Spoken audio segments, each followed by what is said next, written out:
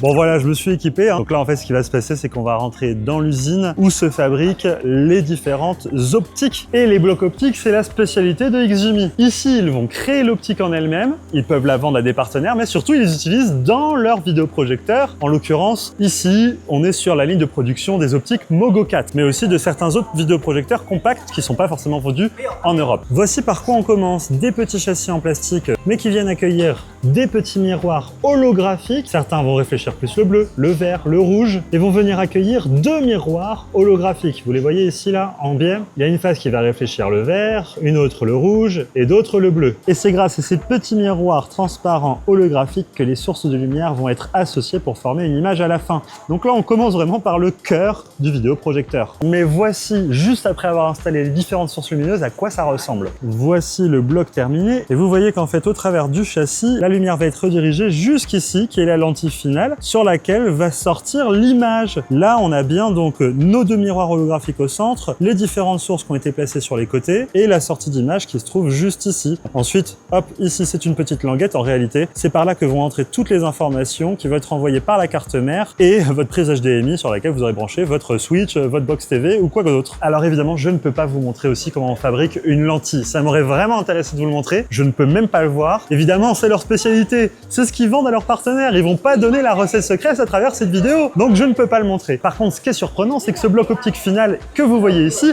il est quand même minuscule. Aujourd'hui, on est capable de faire des blocs optiques qui sont minuscules. Ça coûte toujours cher, mais c'est minuscule. Et ça, c'est quand même fou.